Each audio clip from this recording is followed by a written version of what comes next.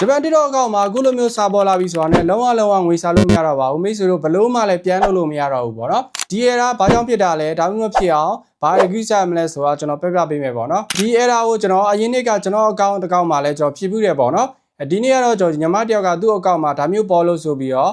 ဘယ်လိုလုပ်လို့ရသေးလဲဆိုပြီးကျွန်တော်ကိုလာမေးထားလို့မိတ်ဆွေတို့သိအောင်ကျွန်တော်ပြပြပေးမယ်ပေါ့နော်ဒီ error ဘယ်ချိန်မှာဖြစ်တာလဲဆိုတော့ ID တင်တဲ့အချိန်မှာဖြစ်တာပေါ့နော်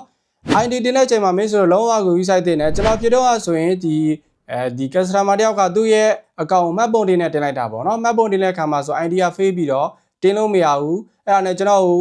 password နဲ့တင်ပေးပါလားဆိုပြီးတော့ကျွန်တော်ရဲ့ password နဲ့တင်လိုက်တဲ့အခါမှာဆိုရင်ဒါမျိုး error ဖြစ်သွားတာပေါ့နော်သူကမိတ်ဆွေပထမတင်ထားတဲ့ ID က